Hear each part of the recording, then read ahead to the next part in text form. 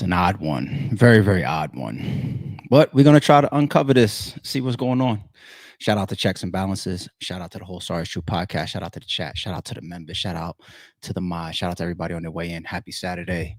We got a lot to go over this morning, so we got to get to work, man. Let's get straight to it. The main topic here, Drake. See, the title says Drake versus Kendrick plot twist that may affect the UMG lawsuit. I'm going to figure out some of that in flight right here with y'all. But this is how this started. I saw this clip from What's the Dirt, and it made me think for a second, like, wait. The order of events here is something's out of place, and this is obviously one of the biggest priorities on your lawsuit docket right now, Drake. And let's see if we can connect a couple dots, okay? So shout out to What's the Dirt, man, with the continued amazing content that he produces. Check this clip out with me. Drake's Family Matters diss to Kendrick just got way crazier. Remember when he said this to Kendrick?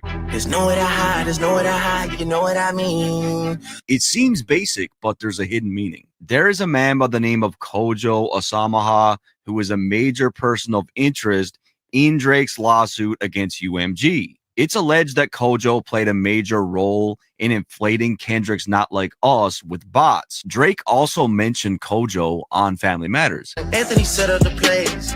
Kojo be charging you double for none. But here's where it gets crazy. When Drake repeats, there's nowhere to hide, you know what I mean, these bars are directly linked to Kojo, as he has a registered LLC business called Nowhere to Hide, which pretty much means Drake either knew what they were doing in the past or he knew what they were about to do. To make Kojo seem all the more suspicious, Drake's legal team have been unable to even subpoena him for the case because he's been hiding. The dude has been ducking. They can't find him. With Drake's cryptic approach to the Iceman rollout and the fact that he's been posting clues about this album since 1 month after the beef ended, it's clear that Drake has a couple more cards up his sleeve. They hired a crisis management team to clean up the fact that you beat on your queen. The picture you painted ain't what it seemed. You did. Drake's Family Matters diss to Kendrick just got way crazier. Remember when he said this to Kendrick? One more again. There's nowhere to hide, there's nowhere to hide, you know what I mean? One more again. It seems basic, but there's a hidden meaning. There is a man by the name of Kojo Osamaha. Stop. Kojo. So when we talked about Kojo, what was it, about a week and a half ago, it came straight from his docket. One of the highest persons of interest possibly in the case. Everybody else that it seems that Drake needs to go after, subpoena, get discovery with, get information from, they've all been available. They're all right there. You know, the iHeart radios and Spotify and whatnot. This Kojo guy has been accused of being somebody that proxies money between UMG and these other outlets, I'll say allegedly, for bots or for payola, right? He's been accused of that person, a person in the middle, extremely high interest. They have been tracking this guy, it seems, for months at this point, okay? So the last time that we reported on this guy, Kojo, from Drake's and UMG's lawsuit docket, the official paperwork, it said that Drake's legal team pretty much was going to the judge and saying, okay, traditional ways of subpoenaing somebody is normally you send something like to their LLC address or their business address or their home address, right? Hell, if you watch Math Hoffa versus Hollow the Don in that third round, when Math turns and he's trying to hand Hollow an envelope, right? Technically that he would be a server. Now legally, I don't know if you have to have like credentials to serve somebody a subpoena. I don't know. But technically, like if Hollow takes that envelope right there, I don't know. But you can get served subpoenas at your place of business. I could want to sue you, see you pop up on a flyer, wait and send a marshal or a server to your place of business to serve you right there in front of your fucking fans, right there, right before your battle, right? So they've been trying to serve this guy and they can't find him. All these business addresses, all these personal addresses. And then they went back to the court and said, can you please approve us to serve this guy Kojo in a non-traditional manner, i.e. like an email, which was new to me. I've never seen that before. I think that that's something very rare. I think that what Drake's legal team was trying to do is say, we've exhausted these measures for this guy that is high priority so much that you need to let us serve him via some other means. How about an Instagram DM? How about a tweet? How about an email? Right? So take a look at this paperwork right here now. I went to the docket. This is fresh off the presses, added yesterday to the Drake versus UMG docket. Yesterday. As in the 8th, people, depending on when you watch this video. Exhibit 1. These are the certified mail receipts. This is the type of shit you see like back in the day when we used to mail in our taxes instead of file them electronically, right?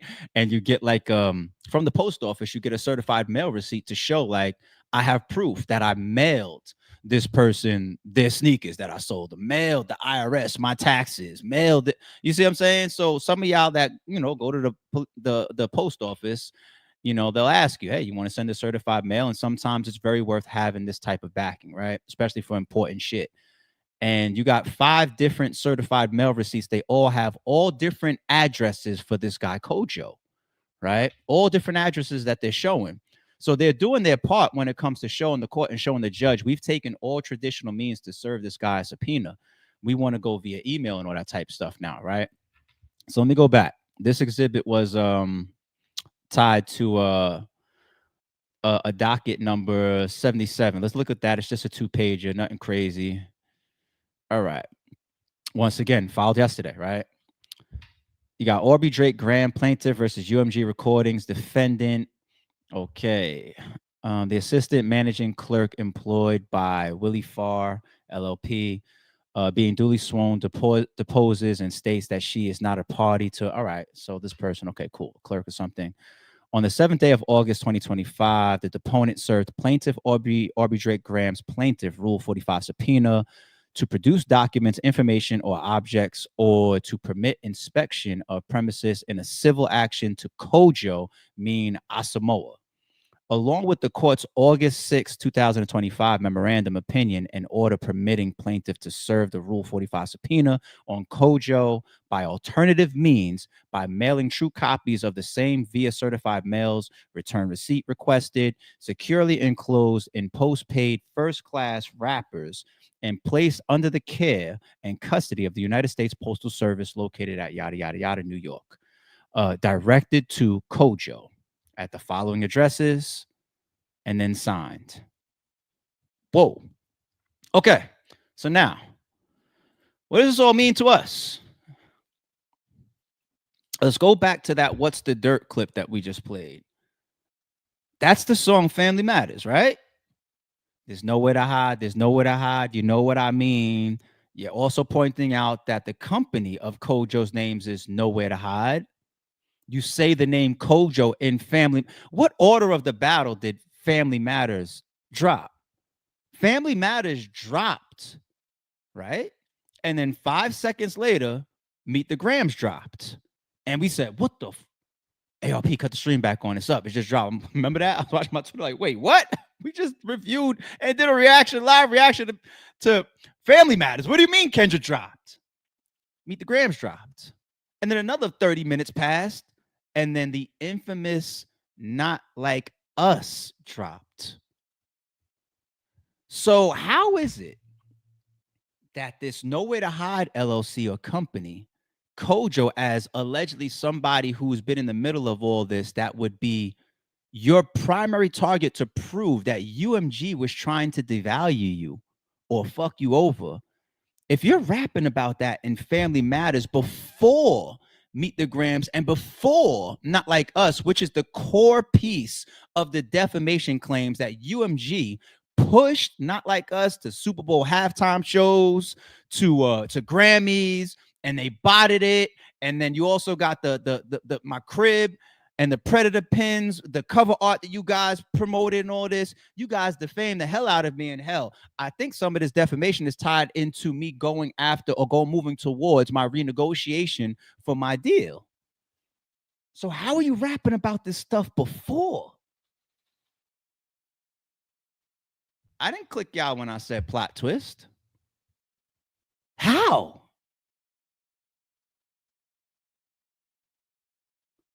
Now, we just got to go conspiracy theory now with the order of events and make shit up that feels logical because nobody knows why except for Drake and I don't know, UMG. Some people's gonna say Kendrick and Drake is working together after clips like this start moving around more. I don't know, but logically though, how is he rapping about this Kojo shit? And there was nothing that we would say that dropped in the battle that would have made Drake, in our opinion, talk about botting or number inflation, right? Not Euphoria, not 616. We didn't look at, we looked at not like us as the one that just went boom through all these meteoric numbers. So how does Kojo get attacked in Family Matters, which Drake probably thought was going to be his ether? Recorded a video to it, 3 beat changes and whatnot. How did,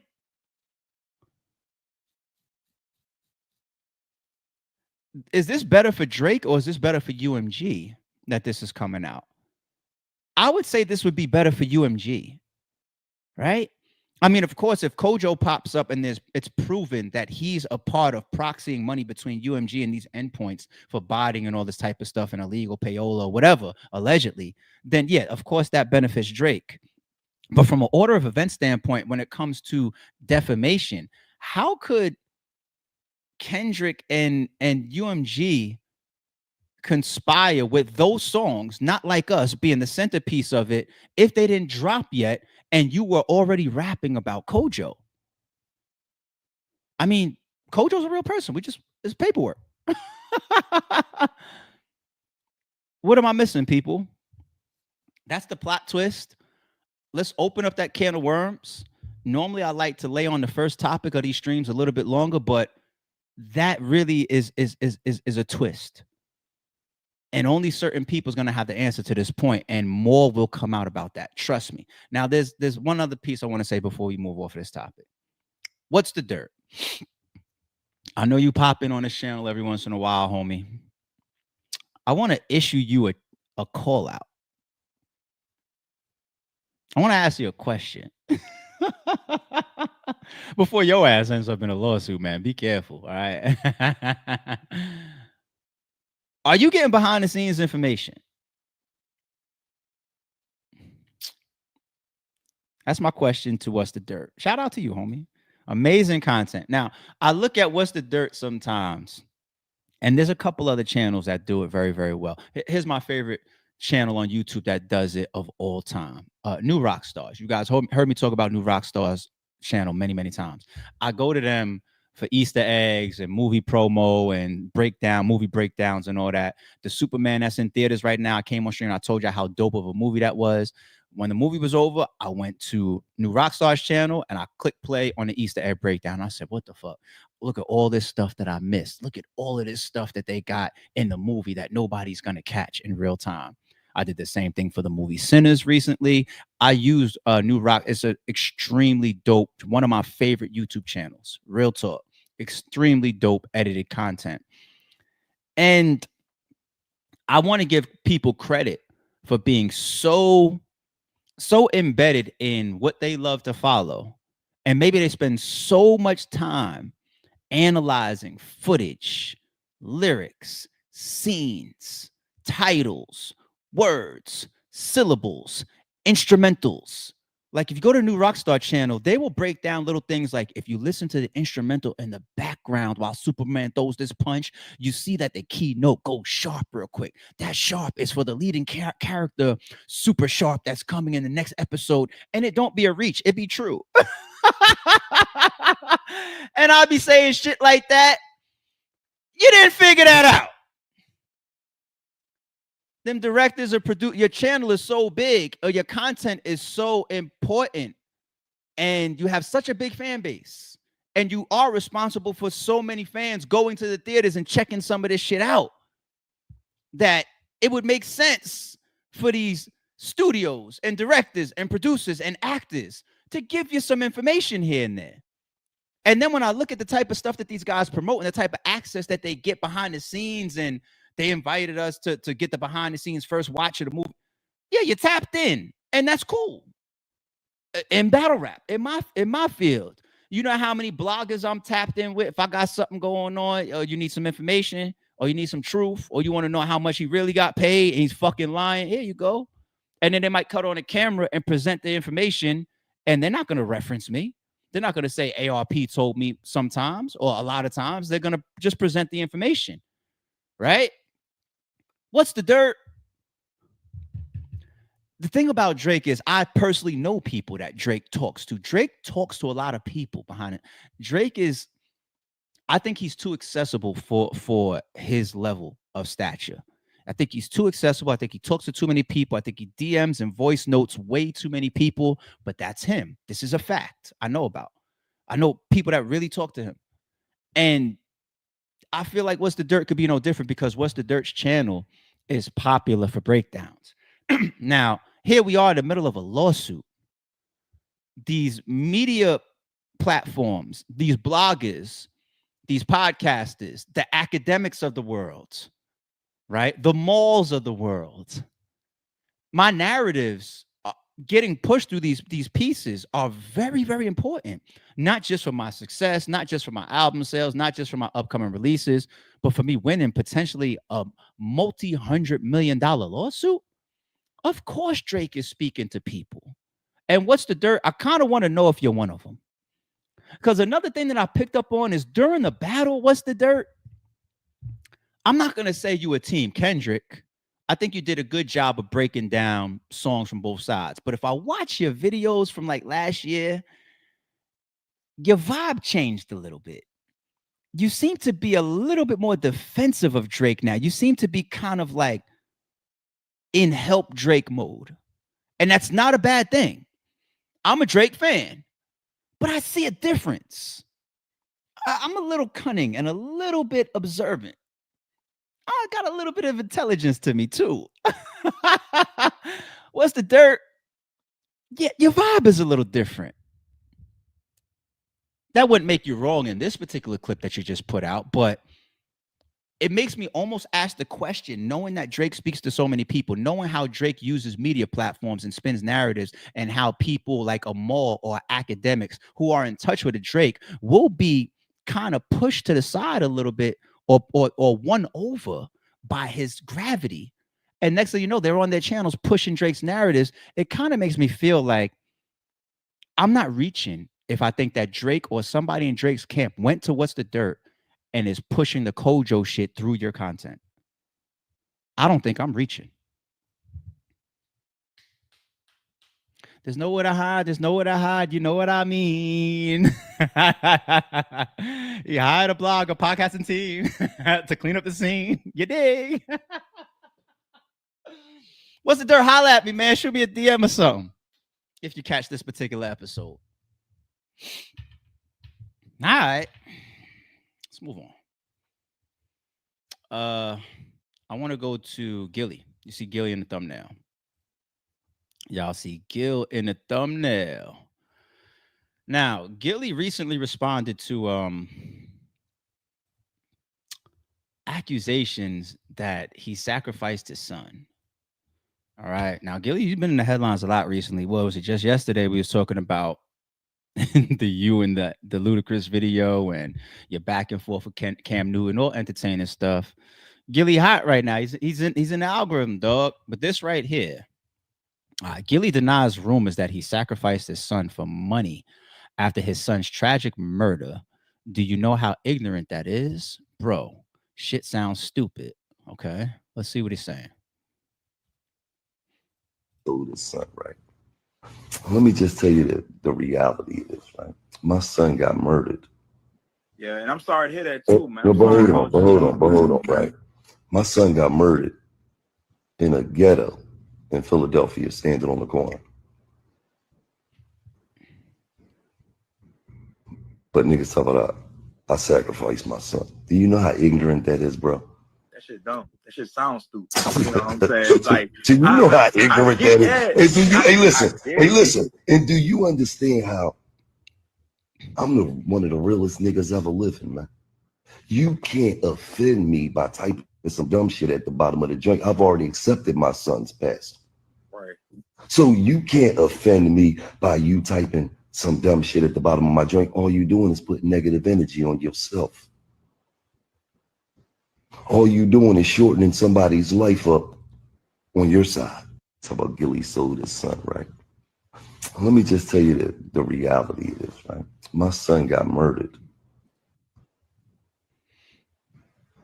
So when your mama or one of your aunts or your brother check out in the next 6 months, you put that negative energy on them. The world work off of energy, buddy. You on here telling a nigga, a solid nigga like me, that he killed his son for money. And that shit ignorant as fuck, dog. Cause people think about that. Cause people be behind a nigga think he hurting me by typing that shit all the time. saying He that hurting shit his when own it's like you don't. he hurting his own family. I ain't gonna lie, man. I'm actually surprised that he responded to that. Now, him getting frustrated on yesterday's stream and be like, all right, y'all, stop fucking sending me the ludicrous video shit. It ain't me. You know, and I was like, I gave y'all the story in the background that I broke that down for how I actually remember the guy that's the actual person that's in the ludicrous. Check out yesterday's stream if you missed it. So, this was like a 2 for 2, I guess, me defending Gillie on stream day, right? Back-to-back days. I don't know Gillie, but I'm just keeping it 1,000. I'm very, very surprised that he responded to this, because it's hell on earth, the loss of your child, or could be hell on earth. It's probably the worst thing that somebody can go through. But he responded to it. And what's more important to me about this topic is to continue to put light on the goofballs, the suckers, the bitch ass niggas, the clowns, the dick suckers, the haters, the leeches, the slime balls, the sleaze buckets, the crabs in the barrel,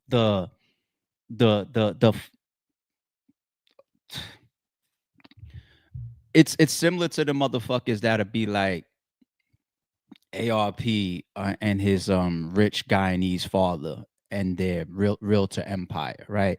It's that. It's you leech bitch ass niggas, you disgusting dick sucking ass niggas are so unsuccessful. Your life is so shitty. Your brain is so filled with hate and jealousy that you could never interpret the next man's come up without it being some type of lottery ticket type shit. Joe Budden, it probably has made 10 times, 50 times more money as a podcaster than he did as a musician. His transition was probably his true calling, because we saw when he was doing radio show hosting once upon a time, that was maybe his true calling. All right. Gillie, same thing. He's a good rapper. He put out some good music, Gillie. I got a bunch of his mixtapes. I got the Major Figures album. He's not a shitty rapper at all, but it didn't work out like that. This podcasting shit is got him and his cousin Wallow through the roof. Fat Joe. Even before his podcast with Joe and Jada, when he's just doing the Revolt shit, right? The Revolt and the Diddy related shit or sponsored shit, right?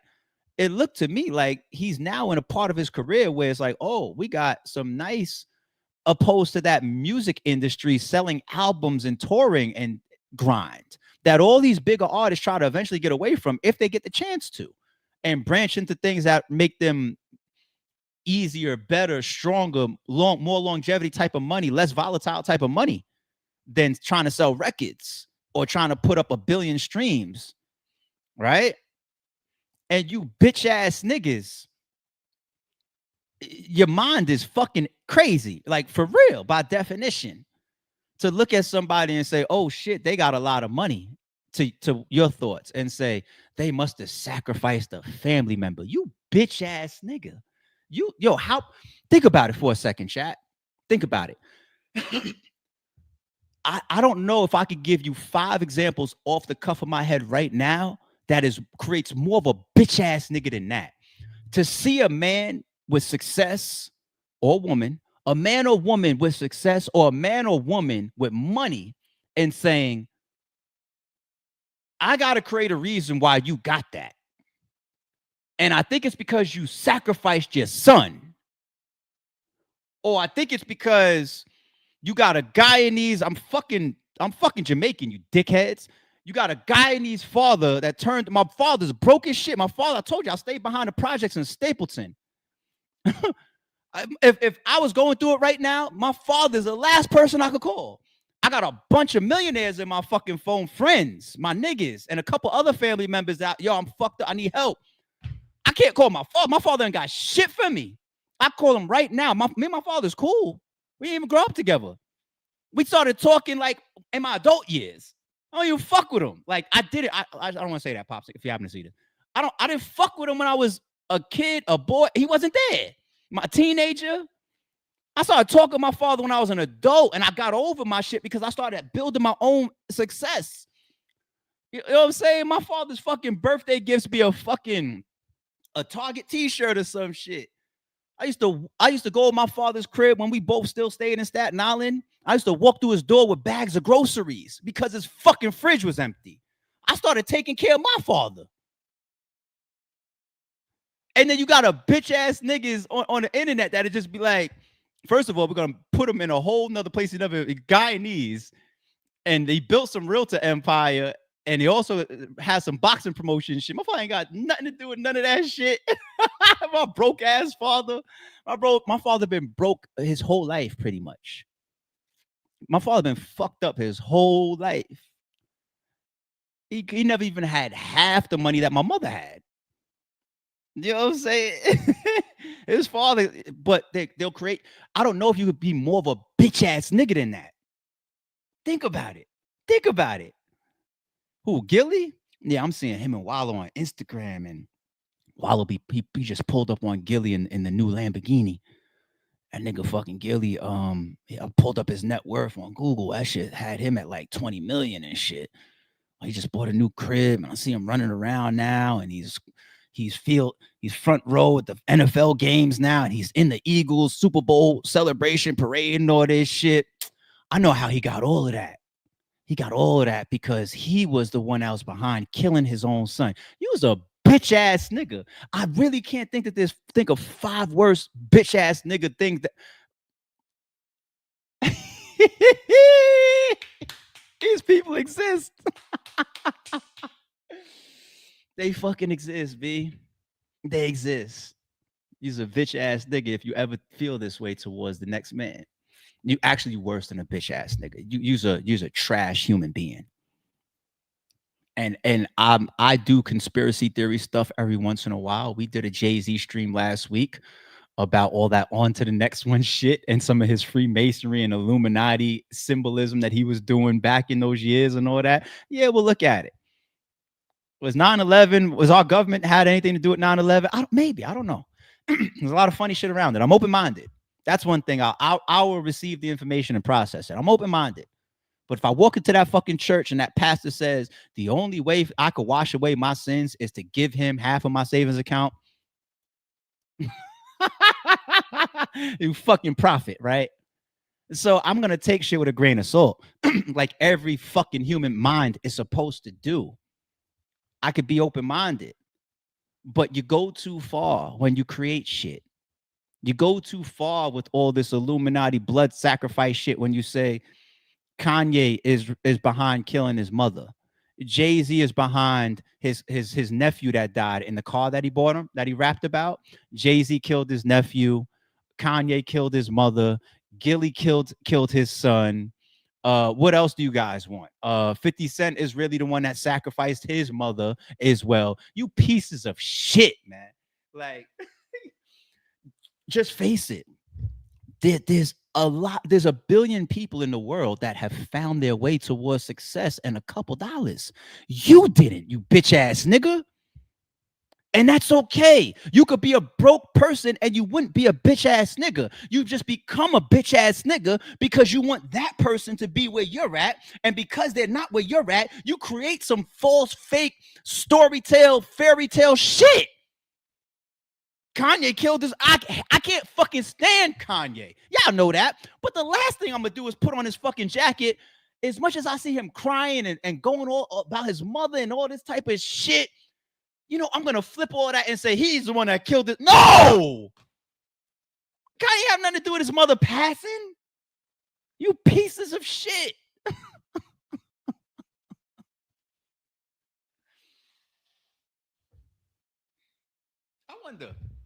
I wonder if my pops will pick up right now. I'm having fun. I haven't spoken to my father in like a month, maybe 2. Actually, probably longer than that. Let me see. If he picks up, let me see my father pick this phone up. Oh, I don't got him saved. Hold on, I gotta save the pops. I forgot how I had him saved in my phone book just now. I'm trying to find his fucking number. Let me see my father pick up. Might not pick up. He might be like, I don't fuck with that nigga.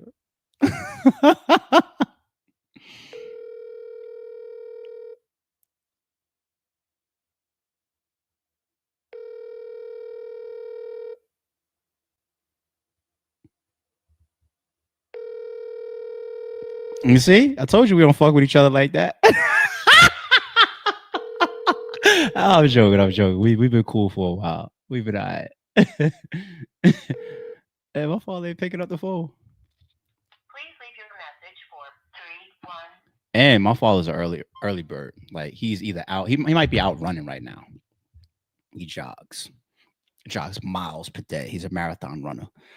Very athletic guy. I hope I have his longevity genetics. He got some LeBron James genetics. My father, he doesn't go to the doctor, doesn't fuck with doctors or dentists.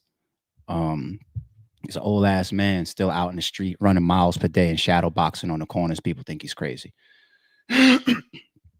But he's got these longevity type of genetics. And I'm like, shit. If he was going to give me some other stuff past life, which I will always be grateful and thankful for, I hope I got some of those longevity genetics of yours, B.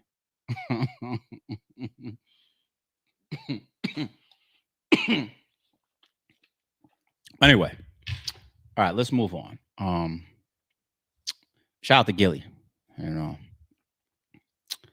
shout out to Gillie. Let's go over to the Diddy topic. So Mark Agnifilo he's outside again, back on TMZ like he was before the trial started. He got his ass in trouble the first time he was on TMZ, right? When he said that baby oil shit, and what was it? Costco came out and shitted on him. It's like, what the fuck are you talking about? But he's back on TMZ after what some people deem a Diddy win, right? Based on how the verdict turned out. Sean Diddy Combs, how did Diddy's lawyer turn to Astroglide against prosecutors? I'm always interested in good lawyering, so let's check it out. You and I had a talk early on in this case, and you took a lot of heat for something. And at the time, I didn't see your end game. I think I see it now. How do you explain 1,000 bottles of baby oil? I don't know where the number 1,000 came. The U.S. attorney said it. I can't imagine it's thousands. I mean, you know, and I'm not really sure what the baby oil has to do with anything. They're essentially saying it's a lubricant for an orgy. I guess. I don't know what you need 1,000. One bottle of baby oil goes a long way. I don't know what you need 1,000 for. I mean, he has a big house. He buys in bulk. You know, I think they have Costco's in every place where he has a home. I mean, have you sat in a parking lot of a Costco and see what people walk out of there with? Not 1,000 bottles of baby oil. I don't think it was 1,000. I think it was. Let's just say it's a lot. You took a lot of heat for that. I thought that question was a tough one for you to answer. And I see it very differently now, because I saw what you did in your closing argument, where you mocked the fact that 70 Homeland Security officers were able to seize 1,000 bottles of baby oil, and the streets were safer because of it. And you mocked it. And what I didn't realize then, and what I think a lot of people didn't think of then, is that this was a prelude for what you were arguing, which is you made light of it because that ultimately, in a weird way, it became a weapon for you to diminish the prosecution's case. Do I have that right? You have it exactly right. And if you remember, toward the end of the trial, one of the outstanding Homeland Security agent did very, very important work. And I played that up in my cross-examination. that he did hundreds of search warrants in his life, and he was, going after terrorists. I think he was in the unit that dealt with like terrorism and things like that. And I asked him, how many times have you done a search and you recovered Astroglide and baby oil? And he said, one. I said, one in addition to this case? He says, no, this case. And, I wouldn't make light of hard drugs. I wouldn't make light of guns. I wouldn't make light of those kinds of things that are actually dangerous, because they're dangerous. But baby oil and Astroglide, I mean, one of the things I did in my summation, and this is, I think, what you're referring to, is early on in my summation, I sort of used it as a test balloon for the jury. And I said to the jury, they used all of this show of force. They used this military tactics, but it's all worth it because they got the Astroglide and the baby oil, and the jury laughed. And when the jury laughed, I said, I'm good. I know what I'm going to do from here. I'm going to use the tools in the storyteller's, arsenal, some of which is sarcasm, some of which is, they're different techniques. But the jury, I think, saw it that way. And that really was the point I was making. I mean, I was the chief of the violent crime unit in the District of New Jersey. I mean, I prosecuted mafia cases, MS-13 cases. I was on the 9/11 investigation. I've had big cases, and the Southern District has had big cases. And big cases, usually deal with dangerous things. And Astroglide and baby oil just isn't dangerous. Well, it only took me 9 months to figure out what you were up to, but I certainly get it now. I think you were the only person, or one of the only people I spoke to before the trial. And you said something, I think, on your show with Mark Garagos, that we stayed true. I stayed true to what I told you, 9 months before the trial. And that's because it was the truth. And there was only one truth. There was only one way through this, and that was to take it on head on, take on the domestic violence, own it, take it all on, and then pick a jury of New Yorkers who kind of know what's up, to show them what's bad, what's not bad, what's a crime, what's not a crime. And I think they really saw it our way. Good stuff, man. Good stuff. I ain't mad at him at all. I mean, he definitely tripped up early on with that whole Astroglide and baby oil thing, especially when Costco came out, because you had Diddy out here looking freaky and you kind of made it look like I was just alluding to everybody moving like this. And then, I made it look worse. Like, no, a lot of people don't have 1,000 bottles, but that was always sketchy. The exact number to come out like that post the raids, right? Not 957, not 981, not 422, 1,000. That square number. It's meant to have that mental impact, right? It's the reason why, to me, I think a lot of people believe this as well, in marketing, why the penny still exists, right? Because that 99 is always more appealing, mentally. It costs $100. That's too much. It costs $99.99. Hits a little different. Which is weird as shit, but that's why they promote shit like that, as if that penny makes you feel it does. But anyway, so to get a jury of New Yorkers, like you said, and to hear them, laugh at that sarcasm, like it did all that raid and they came with the tanks and the battering rams, and you see the footage of them holding the kids at gunpoint and everything as they're walking down the halls, and they got the drones out and this big thing. News headlines everywhere. Diddy raided as if he's Pablo Escobar. And they got the Astroglide and the baby oil, y'all. And then the jury laughs. All right. That becomes more of a focal point than the guns with the scratch cereals. I didn't even hear that post-conviction. Now that we think about it, when the verdict comes down, that wasn't even on the jury sheet. Because that's breaking a federal law within itself. Scratching the serial number off of a gun. Did he even face that charge? Right? So the raids, we're thinking more about the baby oil than we are the guns or the drugs, or right? It's definitely great lawyering that will always be studied and looked at as we return to the Diddy trial outcome years from now. So the baby oil worked in his favor. Yeah, I could see that. I can see that. Let's go over to Finesse2Tymes. I'll see Finesse2Tymes in the headlines these days. What's going on with him? So Finesse2Tymes Mom launches a GoFundMe amid eviction notice. I'm not ashamed to say I need help. So here's the GoFundMe. Support Splurias or Splurias, that's her name. Fight for a fresh start. $90 raised so far. Well, at least at the time of the screenshot. And it says that the goal is 6,000. In today's world, you know, $6,000 is going to be tough to get a fresh start with. It's just I ain't trying to clown. I'm just being real there. You know, $6,000 ain't going too far. But she writes a letter. Oh no, this is the the description within the GoFundMe. Okay, this is what's going around. All right, my name is Spluria, and I'm reaching out for help as I face eviction and the urgent need to find a new place to live. Until recently, my son was helping me pay bills, but after a falling out, I've been left to manage everything on my own. Before I moved to Texas, I lived in Memphis, working, had my own car, own place. I don't know anybody here to help me.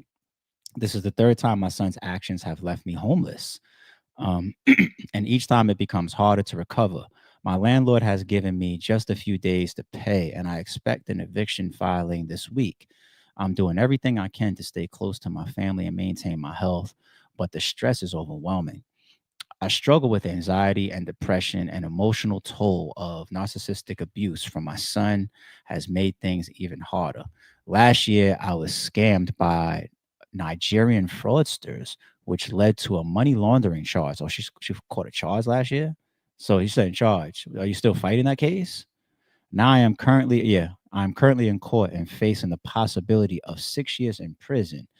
This charge has made it nearly impossible to secure housing, as I've already been denied by 3 different apartments.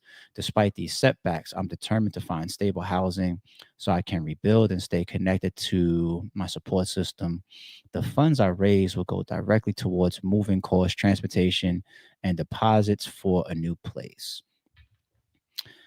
The sad reality there is, even if you get some good funding from GoFundMe there, you know, like you said, you'll cover transportation, moving costs money within itself. You'll cover deposits, two-month deposit, 3-month security deposit, and whatnot, if you have that, you know, to get into the place. Food, everything along, just regular life and living along the way. And then by the time you get to month 2, month 3, month 4, you might be in the same spot. So a GoFundMe for this, even if this gets up to $20,000, you could still be right back where you started 5 months later, you know? And that's just the thing about money not coming in. The charge thing with the Nigerian fraudsters is my first time hearing about that. I'm not even trying to get into the weeds and go figure out more details about that. What were you doing? I ain't trying to do all that. The thing with your son, Finesse2Tymes. See, on the internet, this is reflecting bad because people associate son, mother in dire need. Son, they look at you because you're a rapper and you got all this jewelry on and the teeth and the watches and shit like this. And they say, you're a billionaire. So throw 5 million. It's the same thing they did with Dame Dash and Jay-Z. It's like, yo, Jay-Z, shouldn't you snap your fingers and help Dame Dash? So one thing that we're not going to do and we can't do is we can't identify. We're not going to act like we know the relationship between these two people, right? Mother and son. Now, me, I have learned within my own life that blood is not thicker than water, okay? In my personal experiences, in my own personal opinion, I got some family that did me worse than any other friend. You know what I'm saying? So like even my relationship with my father, it's funny, we was just talking about that. It wasn't cool until I was like in my mid-20s. You know, I didn't really fuck with him my whole life up until that point.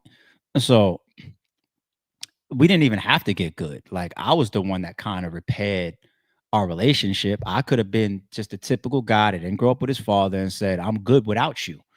Like, well, fuck you. And I never see him, never hear from him. And it just is what it is. We never have any relationship. It could have easily gone that way. But when you say that, you know, you caught this charge and you're facing 6 years, I want to correlate that to the times when I feel like maybe the heartstrings of a son or a daughter is touched. Like, even if I didn't fuck with my father all those years, if I would have found out something critical was going on with him, I might help out a little bit. It's not like he tried to kill me when we were young. You know what I'm saying? You were just a shitty father. And there's a lot of people that are shitty fathers. You know, there's a lot of people that didn't know how to parent. And Finesse2Tymes, self-admittedly, in a video that I didn't even bring up on a stream, he has videos talking about how he came home from jail and didn't know how to father his child yet. And he was learning it in flight. Not everybody is a Superman dad, you know, for worse reasons than other. And some are justifiable. Some is just like, shit, I'm in this cycle. I don't know what the fuck to do right now. I just found out I got a kid and I'm a kid myself. Or you got just pure pieces of shit that is just like, fuck you and your mother. Right? It's different scenarios.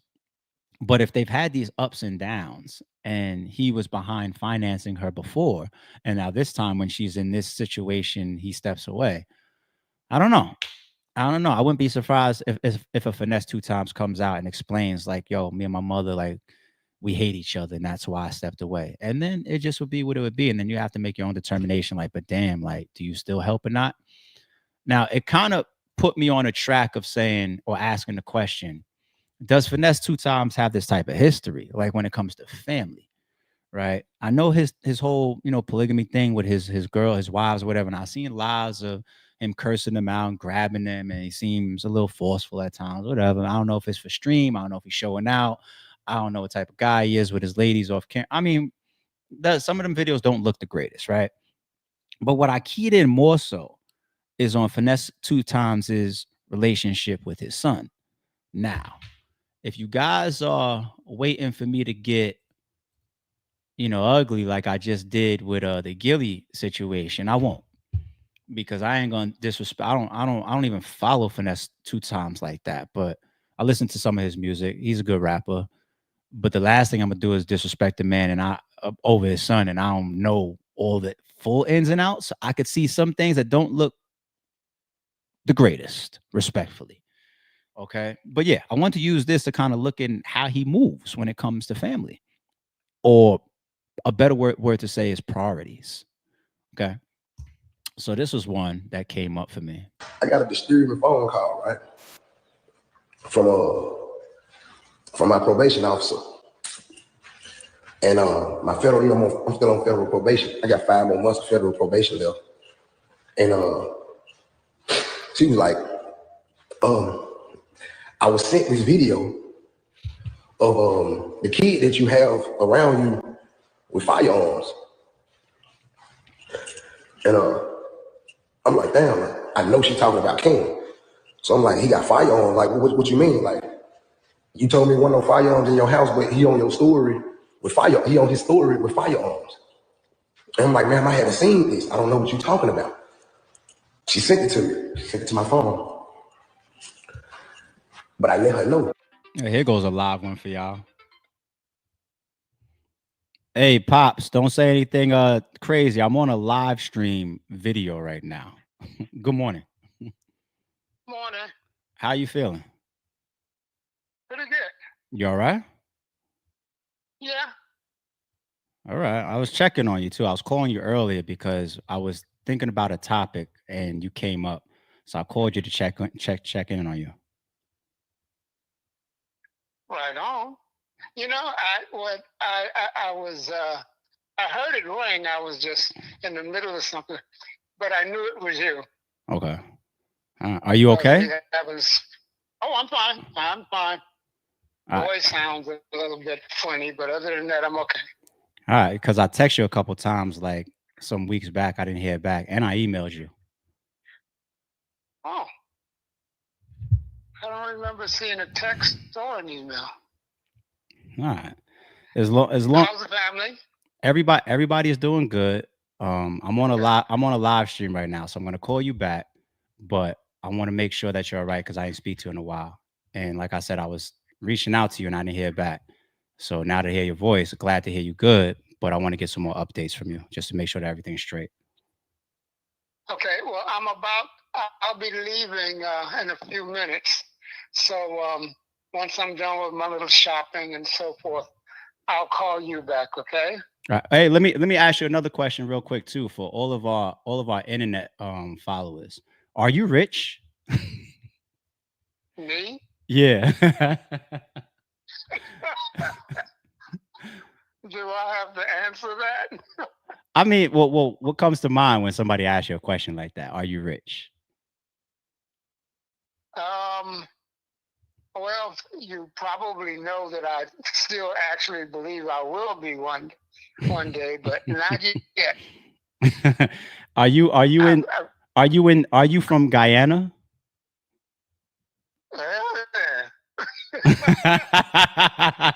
No, listen, this is all coming from a previous conversation that I've been having on the internet with some of the followers of my podcast. So it was reported that my father is Guyanese and he's rich. So I figured I just asked you now that we're on the phone. Oh my goodness, where did they get that from? So I was going to ask you the same shit. So you're Guyanese, by the way. You own a realtor or a real estate empire, and you're rich, and you also were in boxing promotions. Did you know that? Well, they're almost right about one thing. I'm interested in boxing, as you know, but interested in boxing, of course, and we know you go back to your Golden Glove days, right? But have you ever your Golden Glove days? And what year was that? Well, that was for one fight, my very first fight, as a matter of fact, in the Army. And it was because the German crowd, I was in Germany, they gave it to the German and the crowd rioted because they knew it was an unfair decision. And they gave me a pair of Golden Gloves. What year was that? Oh shoot! Is that 70s, 80s, 90s? I believe it was 73. All right, so it's in the 70s. All right, I wasn't even born yet. What did you do? What did you do anything in boxing in the 80s or the 90s? Not officially. When I got out of the service in 75, I joined a boxing club. All right, wait. Don't give him too much of your personal information now. Okay. Hold on. All right. So let's move on to this one. Your real estate empire. When did you get into real estate? I didn't know this. Neither did I. Well, I did do one thing with real estate. What's that?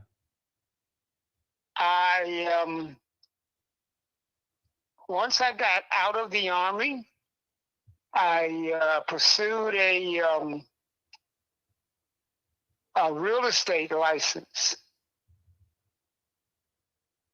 and I was registered for a while, but I never really became an agent in practice. You know, I attended classes for it, but it was a ripoff, so I eventually dropped it. Got you. What do you always think about, your Staten Island dwellings? How would you describe Stapleton, like where you stayed? Don't say the street and everything, but how would you describe Stapleton where you stayed?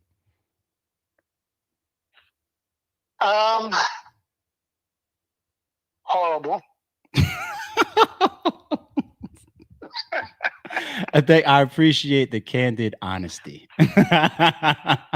Speaking of that, do you still own your mother's home there?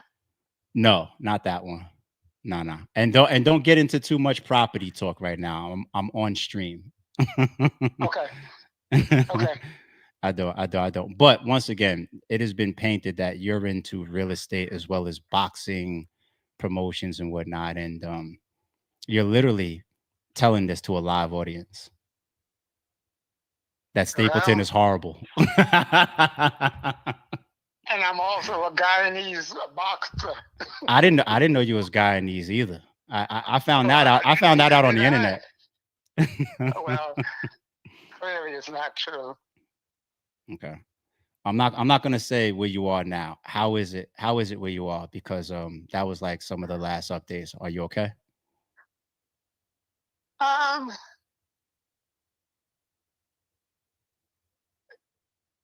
because I want to be honest with you, I'm still kind of depressed because I don't like it here, or at least I don't like my current dwelling. So, and the people here are horrible. Mm.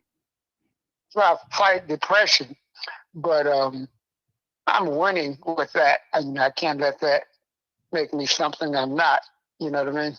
Well, you know, and I want to talk to you more, this week.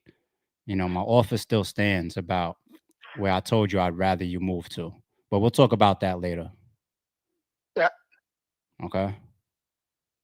Okay. All right, Pops. Were you running today? Did you run yet? Or are you running? Are you still No, keeping as a yourself out on matter the of road, fact, right? I was about to go. Nah, I was about to go downstairs in the basement and do my little daily workout. I haven't really run like I used to. You got your bag down there? Nope, no bag. No bag. You I working haven't. out without shadowing? That don't sound like you. A little bit of shadowing, but I haven't had a bag since I left Staten Island. Okay. Okay. All right. The knuckles is all right? Punches are still clean, right? Oh yeah, that they, I pretty much try to keep that intact. My man. Ain't nobody trying to run up on you, man. You don't got to worry about fighting at this point in your life. Actually, yes. Actually, yes. You better not try to tell these people a story of somebody trying to fight you, man, at your age. Well, I don't think I would lose. Me neither, nigga. I've come pretty close to it, but so far I've managed to avoid it. I actually thought the last time I thought there was a potential for it just yesterday. And before that, maybe 2 weeks, prior to yesterday. I get close to it, with these, but so far I've not had to raise my hand or hit anybody. Good. All right, so we're not even gonna go down that road, but all right, Pops. Listen, I'm gonna call you. I'm gonna call you back in a little bit. I'm gonna try your phone again later on today. There's a couple things we need to catch up on. Okay. All right, you all right? I'm okay. All right. Tell everybody I love them, and I love you. Of course, I love you too, and I'm gonna call you back later on today. Right on. Right on. All right, later. Oh, he was still saying the last word when I was cutting it off. So there goes my rich father. I called him earlier on the stream, and he calls me back after missing my call. And there he goes. He finds out from me that he's Guyanese. He finds out from me that he did anything related to boxing. I'm an 80s baby. Y'all know that about me, right? I've said that a million times. He said the last time that he did anything related to boxing was in the 70s, professionally or monetarily. Was in the 70s before I was born. And as far as being in real estate, he tracked down trying to get his license once upon a time and never did it, never followed up on it. That's it. So this is the internet. This is the internet, man. But going back to family stuff here, and I was playing this video. Yes, 100%. Humble beginnings. That's where me and my parents come from. Humble beginnings. The places we live, where we come from, how we came up. There was no silver spoons, Verb. I wish there was, because I think it's a good thing to pass something down. You know what I'm saying? But my parents are extremely proud of me taking my generation and taking whatever they did, the small things that they've done, and putting it on steroids, multiplying it by 1,000,000,000. I'm the first in my last name tree to do certain things. Okay. So, and I'm not even saying this, as if I have something to prove. It's really tied to like the bigger thing of you know, if you got humble beginnings, you could be proud of it. If you got a silver spoon, you could be proud of it. Right. But the devils on the internet will create shit, and they just create nasty, disgusting, stupid shit to try to devalue who you are. And I just worked too hard over the course of damn near my entire life for people to create stories, you know? Like, is it going to change my sleep? Fuck no. Right. But I'm just the man that I am. You know what I mean? And if you want to change who I've been my whole life, then we could have that conversation. Shout out to Pops, man. Oh, that's Big Adam right there. All right. But back to Finesse2Tymes. I won't be able to upload this as a clip for sure, right? Because I'm not editing out all of that. That'll just be exclusive for the chat. Me and my Pops phone call right there. But Finesse2Tymes. Let's get back into this with his son. I see people in the chat saying that this isn't his real son, right? This guy or the kid, King or whatever.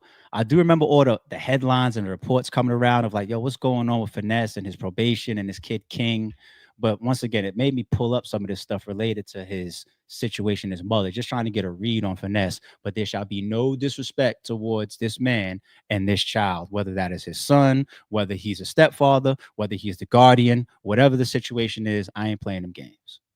And I'm here to let the whole world know. All y'all need to know this. King ain't been with me in 4 months. And I'm gonna tell you why.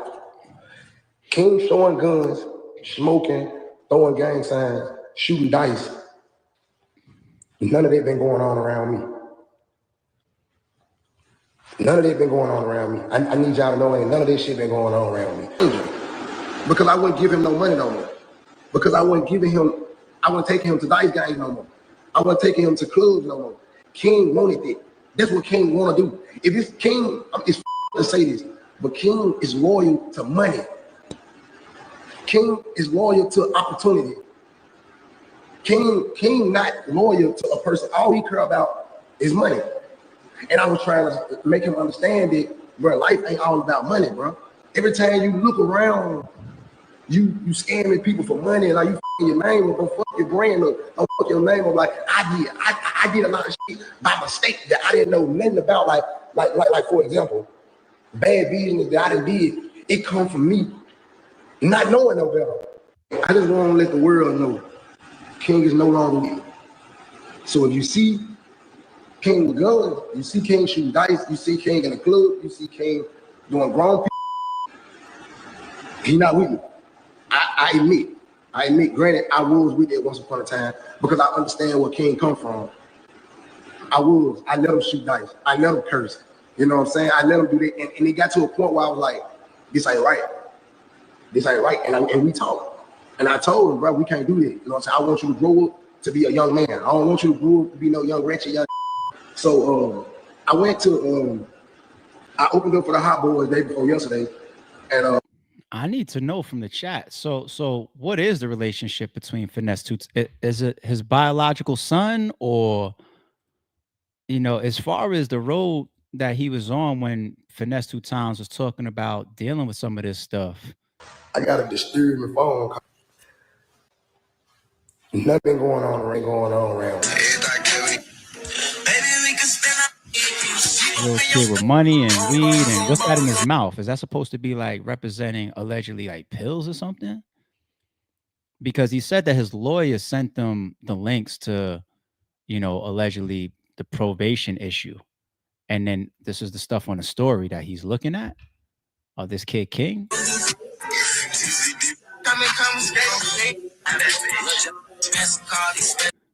Pointing guns in the camera and all that. What is the chat? What's the relationship between King and Finesse2Tymes? Is it his biological son? Is it okay? I see in the chat Jermaine 34 says he tried to take care of him. How did they come about though? What was it? Just a kid that he met? Was he dealing with the mother for a little bit, and then he took on the kid for some time or whatever? How did their relationship even come about?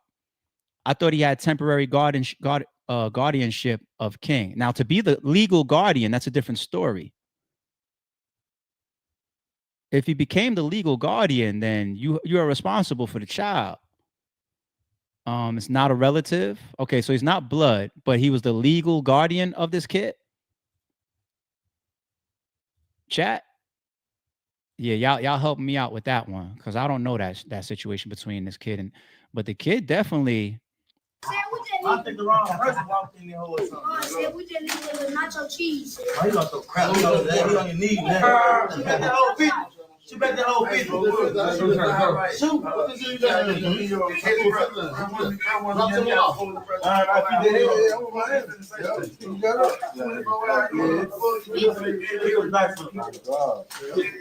All right.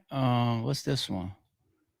I think this one's maybe showing how they interact with each other. Like these tutor though. So yeah. Because you good at everything. They said you read, they said everything on the 6th grade level. I talk except what's this on? Yes. Except reading. So you gotta it's time to read more books. It's time to read more you know big words. You know long words, and you know what they mean. So now it's time to learn how to spell them joints. Now it's time to learn how to really correctly use them joints. Because you're good at everything else, especially male. Wow. Go forward. Hey, listen, King, you got to go to school, you got to get the tutor and listen to what OG telling you. Because that's your fucking problem. You think you know everything. And we molding you into the next Jay-Z. But all you got to do is listen. You got everything in this world. You just got to take your time, bro. For real, for real. I don't know, man. Like I said, I ain't gonna drop no disrespect. Can't do that, man. Little kid involved. I don't know. I guess I'll close that out. Is we do follow what we see, and I mean, if you curse at me as a little kid, and that's how we talk casually, then I'm gonna pick up casual cursing as a kid. I'm come on these lives, and I got this big chain on. I'm on the floor, and I'm rolling dice with cash in my hand. You know, it's illegal. This is illegal shit. And some people was there on live and all this type of shit. But anyway, a little kid gambling. But I don't know. I'm gonna just say shout out to Finesse2Tymes and leave it here for now. You know, y'all let me know the relationship between him and Mama Duke. You know, is it so tumultuous where it's just like, you know, because that GoFundMe is going around crazy, and that $6 grand goal ain't gonna cut it. You know, should he be more involved with her? Like, I don't know. I don't know. I was gonna go a different direction of this. I just want to be sensitive to it. So I changed my mind. I'm gonna chill out. All right. Boosie did a video now that he's taken the plea deal, speaking to his fans. And definitely want to make sure business-wise that you can let your fans know that your shows that you have booked, you know, the dates that you're still going to be appearing and whatnot. You know, this is all money for you and your family before you go in, if the terms are sitting down for a few. But title says, my sentence is 3 months. Or in 3 months. Okay. Boosie fights back tears while explaining turning himself in on plea deal. My DM for a lot of people in my DM tripping about my shows in September because I go for my plea August 26th, but that ain't how I go in Fed court. Once you take a plea, your sentencing ain't till 2-3 months after that. So I'm gonna be at every show, of course. I mean, pool party still going on. Still gonna be crazy. Link in the bio for the tickets. But all my fans across the world, it's just a plea that I'm doing on August 26th. That's it, baby. So that's what I wanted to let y'all know. All my shows coming up, I'm gonna be at all my shows that way. Daniel here, good guys. We just cashed a yes. Now, I don't know about the Fighting Back to Tears. That's a little bit of a sensationalized title, a little bit, but shout out to AUC, man. Fuck with y'all. But I mean, there you have it, man. It's the 26th, so a little less than 20 days, right? Or 20, 23 days, something like that coming up. And he's got to turn himself in for this plea deal. I still have yet to see the actual plea deal terms, you know? That fucking video with the gun in his back. A year, 2 years? I don't know. We'll see. Hopefully it's not a minute or not too long. You know, wish him and his family the blessings right now. But it's not like he's going in for sentencing, right?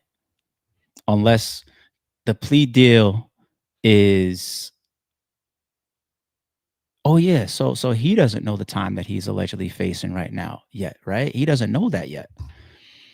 No different than like the Young Thug turnout, right? The prosecution side, the defense side, they came together, they made a plea deal, and then once the plea deal is accepted, then they stand in front of the judge, and then the judge hands out the time, the sentencing, etc. So I'm assuming Boosie and his defense team accepted a plea deal, which could be like admission to guilt in certain charges, right? Like, okay, we're gonna admit that yes, we had this firearm, blah blah blah, on this day, boom boom boom, and we're gonna spare trial, and then the judge hopefully sees the plea deal and maybe certain little things of negotiations and takes it light. But no, on August 26th, we'll find out what he's actually hit with then. Okay. All right, shout out to Boosie, man. What do we got next? Oh, we got King Yella. King Yella, who I referenced for an example on this channel a bunch of times. You know, I ain't got nothing against the guy. Shout out to King Yella. But King Yella came up with oops, my bad. King Yella came up talking about the people that's currently Lil Durk's co-defendant. Says he even knows one of them personally, grew up with one of them, and he believes people's gonna snitch on Durk. With already covering the OTF Vonnie situation, and there was text messages, screenshots that came out allegedly of Vonnie saying, "I'm finna take this plea deal, man, because I ain't gonna get slapped with no elbow when it comes time to trial." Right? And we had a whole discussion about that. Here go King Yella snapping. Your ass is going down. Them do that. Hey, listen, man. You want to see your kids again? You want to watch your kids, bro? You want to see your grandkids? You want to see, and I'm on my kids. I know some that's on my kids, nigga. I know some that's on that case. If I'm lying, I'm dying. I know some real killers on that case that don't give a about that. That when it comes to this shit, nigga, you, nigga. On my soul. Well, watch what I tell y'all. I bet you that Asa finna turn on my kids. Watch this shit. I'm telling y'all what's finna happen on my kids. Asa don't give a about that. That your ass was a goofy. I know Asa since a kid. I know how slimy he is. He finna get in that bitch and say, he told us to do it. On my soul. Durk, nigga. And all of them gonna say, Durk, we coming home. That bitch ass did it. He made us do it. He told us to do it. He paid us to do it. And that's what happened. Watch. What about just standing on street principles of not snitching? Man, ain't no street principles no more. Ain't no street principles no more, man. What the f is you talking about? What street principles? Well, I'm just being honest with you. Well, you want an example? Oh, Block 6, nobody snitched. Nobody turned. Because they all was in the wrong. Who you gonna tell on, you dumb? They dumb. Any of them could have told on each other. You couldn't tell on nobody when y'all all went to go kill Duck. Durk have murder for hire. Okay. They didn't have a deal. They didn't have a deal to say. They didn't have a deal. You want an example. That's not the same because that's not the. It's not the same. You is all flunkies, bums, nobodies. This is a high-profile person on the case with nobodies. Man, tell us the truth. Did he make y'all do this? Bro, I've been in them situations, nigga. This was what's going on. What you talking about? This is Little Durk. This is Little Durk. Who the f is Moo Wop and all these doo wop and foo fops and all of these is nobodies. Every that killed Duck was a goofy. Duck lost his life to a bunch of nobodies. Clout chasers. When them people sit down in that room and say, oh, we have little Durk on the case, murder for hire. These are different conversations that's going on in this room. Did he influence y'all to do this? Did he pay you to do this? Is he the mastermind behind this? Do you not know what the I'm talking about right now? All this playing tough gangster shit. Your favorite rapper's a bitch. His killer's a bitch. His brother's a bitch. His grandma's a bitch. All these bitches. All these y'all listening up to. Durk been telling y'all through all his music. He been snitching and telling y'all everything to all his songs, gang. Your ass is going down. All right. I ain't gonna do too much with that. I'm just gonna ask y'all, is he right? Is he wrong? Or is he self-reflecting? That's all I'm gonna do with that one. Shout out to Dude. It's another quick one that I saw. Top 5. I still am curious about the swastika chain. Like, was that kind of a troll that he gave it to you, or did he actually? I don't know. Ye's my dog. Well, I love Ye. Uh-huh. But I went to Ye and I said, "Yo, here's my GZG chain," and the man gave me a. I was so angry. I love Ye, but I was so mad that you put that swastika chain on my neck. Because in my head, I'm like, am I getting canceled? Am I not? And then my lawyer is like, he's getting off my case because my lawyer is Jewish. So I was like, fuck. Your lawyer left you because of that. Yeah. No, oh coming my back God. I mean, yeah, the hype cycle's over now. But okay, just to state the obvious, somebody who's had a very, very positive role in your life, Drake, not only is that one of his biggest ops, but he put a symbol on you that is meant to represent the destruction of the Jewish race. And Drake is Jewish. So Drake's my bro. How did you sort of weigh the pros and cons of this? Do you check in with him before? I told him I was going to, I said, you have a problem with it? He's like, no, I rock with him. But I still am curious about the swastika chain. I don't want to. Like, as far as comment on that shit. Oh my God. All right. Well, it would make Drake lame too. Like if he tapped in, yeah, go ahead, go my top goon, my top shooter, go hang out with Ye just on some regular socializing shit. I wouldn't understand that. That's number one. Number two, I wouldn't understand Drake not reacting to one of his ops and his top shooter hanging out together and wearing fucking swastika chains. Cutting you off too, because you just let this man use you and got me looking like you don't even know how to move, right? But top 5 is not a honest person, so God knows what he's telling the truth about. Like, oh, my lawyer dropped me behind. You don't even know if he's lying about that. He's a compulsive liar, I feel like, too. So it is what it is. But we also have to bring this one up too, being that we reported on when he was going through the mess. And here's the update, people. Las Vegas prosecutors dismissed fraud and theft charges against former NBA player Marcus Morris after he wired them nearly $300,000 to pay off his alleged casino debt. That's it. And where he was being held in custody, they said, hey, handle your Vegas shit, and we don't got no beef with you neither. So this should all be, that's it, swept under the rug, swept away, right? He sat down for a week or two. His peoples got together, wired some money, cleared that debt. Let's call it a misunderstanding. And that's it. Everybody go home, right?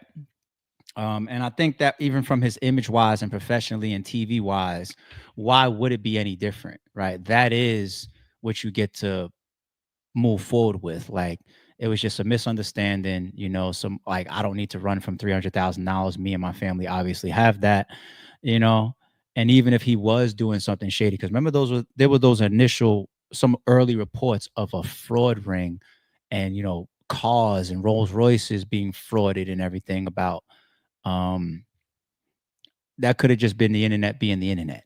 Okay. Because when we saw the actual footage of him in court, the judge didn't read nothing about that. It was just Vegas casino shit. So yeah, going forward, he gets to just take that position. Like, that was just all a misunderstanding. You know, I wrote a check, didn't know about, boom, boom, boom. Somebody found out, they arrested me. I sat here. They didn't want to give me bail because I was being detained in a state that didn't have jurisdiction in Vegas, is what the judge explained. We sent the cash to Vegas. They said, all right, we're good with him. And then they released me and everything's dismissed. I don't have anything hanging over my head at this point. That's it. All right. So shout out to him. All right.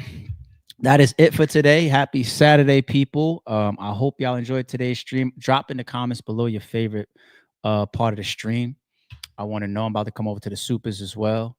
We did the Diddy lawyer update of his angle. We did Finesse2Tymes.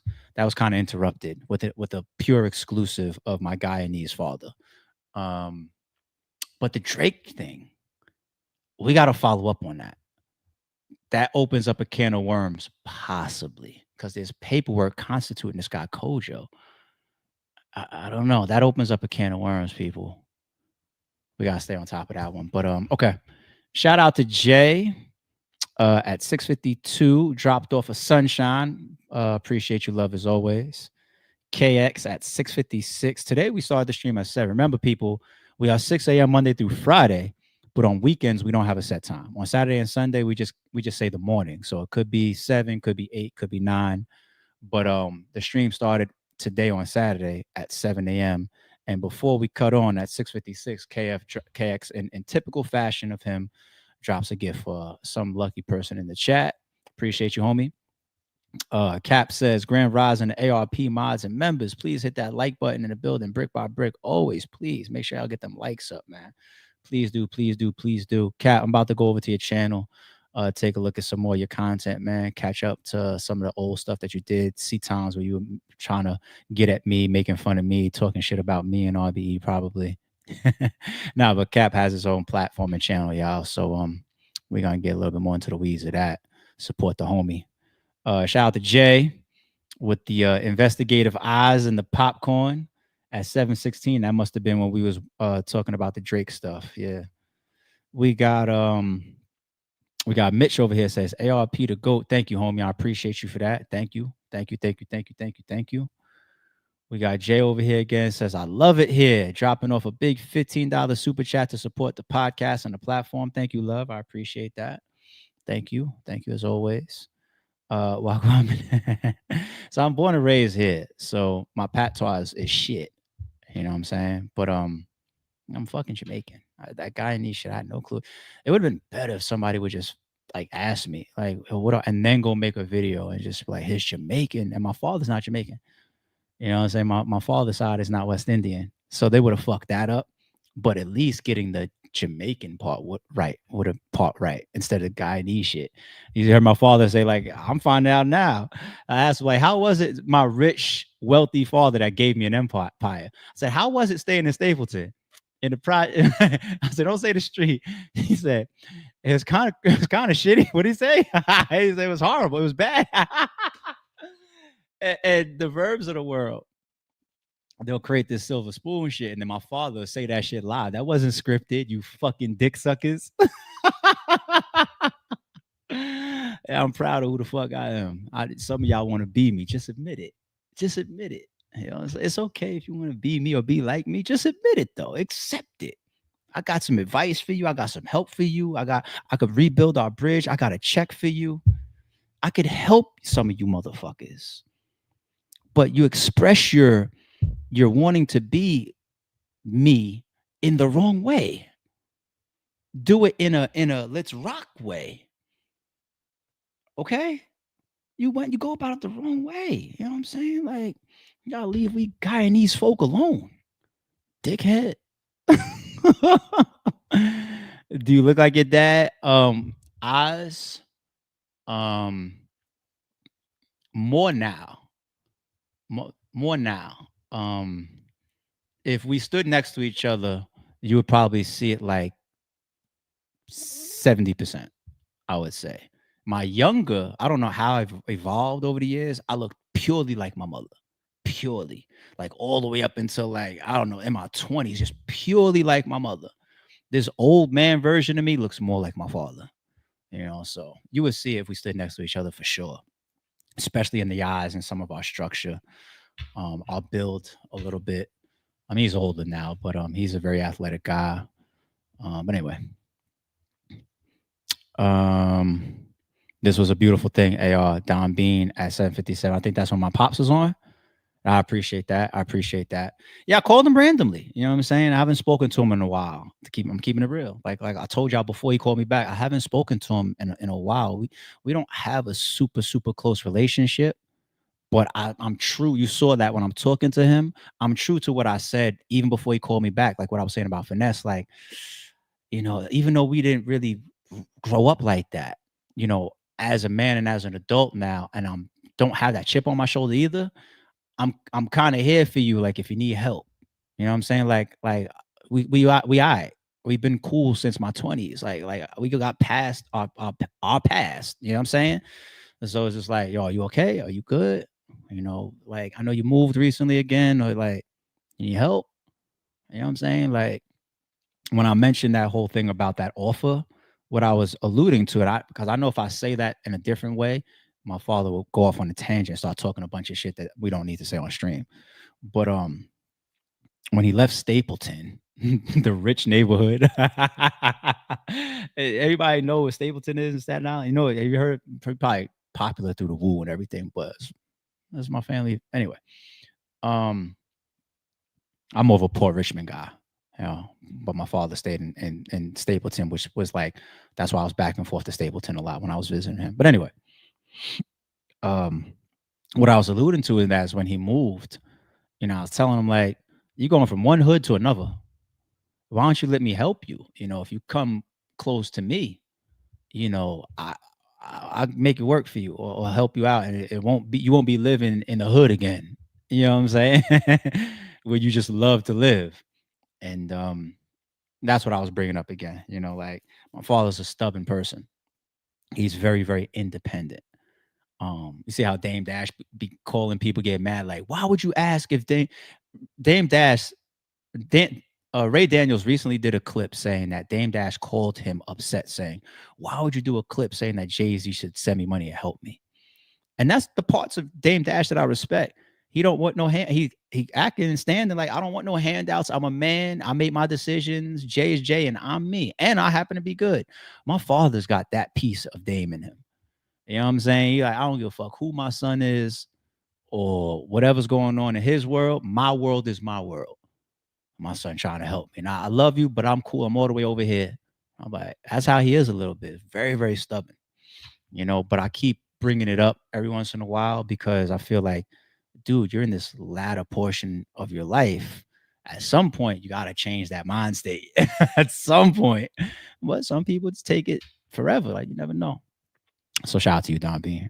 Cap says, wait a minute, 284 viewers and only 74 likes at the time. Please hit the like button. Yeah, y'all got to get them likes up every time out, people, okay?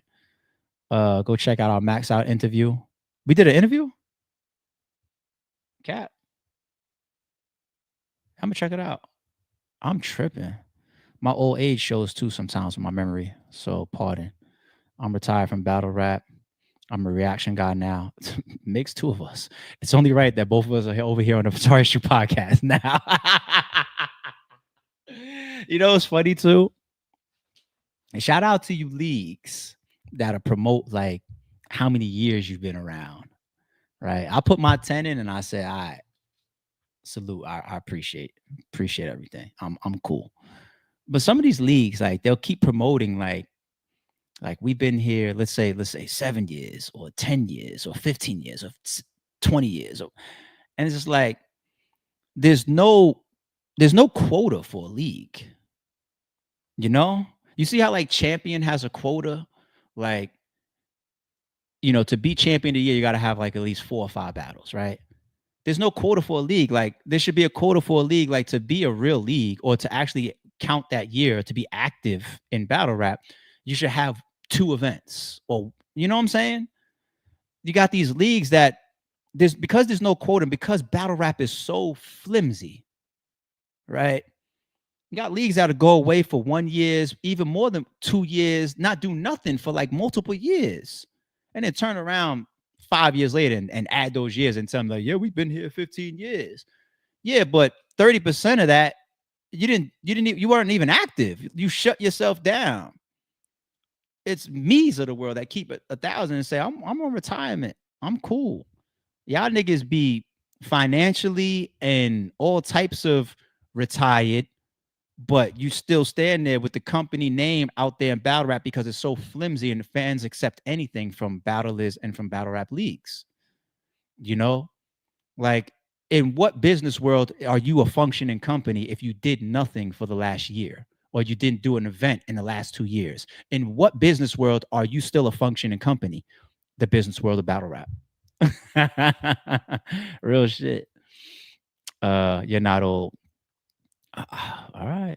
What do they say? The YNs is a certain age bracket, and then you got the big homies, and then you got the OGs, and then you got the after that you got the not the old heads, but the elders, right? I got, like, depending on who you ask those brackets of, I might be OG now. I'm not big pro age wise. I'm like OG age wise. I'm an old fucking man. Son. 52 years old. I'm 52 now. I'm not 52, but that's what I tell people. I'm 52. Thank you, Jay. All right, y'all ready to get up out of here? Let's enjoy the rest of it. Oh yeah, I plan on being back later on this evening for Easy and K-Shine. I'm gonna buy that stream today. Shout out to the trenches. I'm supporting. I was supposed to get Easy on the stream a couple weeks ago. Our schedules conflicted, and then we never got back to it. So shout out to Easy. Shout out to that whole card. Yeah, I'm gonna be watching that this afternoon. And yeah, we'll cut the stream back on for a recap. I saw a little bit of Easy on J Black talking about him and I should be on stage about 7:30 p.m. We'll see. I hope so. You know, I was able to stay up the K-Shine weekend. I was like 10:30, whatever. All right, cool. I'm gonna do the same. If we run 10:30-ish, I got you, Easy. You know what I'm saying? If anything past that, old man start falling asleep, B. So you said 7:30. I'm gonna say you and Head Ice is going on about 9:15. Who wants to over under on that? I got you though. I'm supporting, homie. So we'll be back tonight, y'all. All right. Keep in tune. Other than that, enjoy y'all Saturday. Don't confuse silence with work ethic. I'm a boss making decisions, my first fetish. The verse cherished is perfect, that's a reverse blemish. I dropped it, connected the block, learn Tetris. This is the Sorry Street Podcast. Welcome to the house of. And shout out to the members. Without my thing, still got a gun.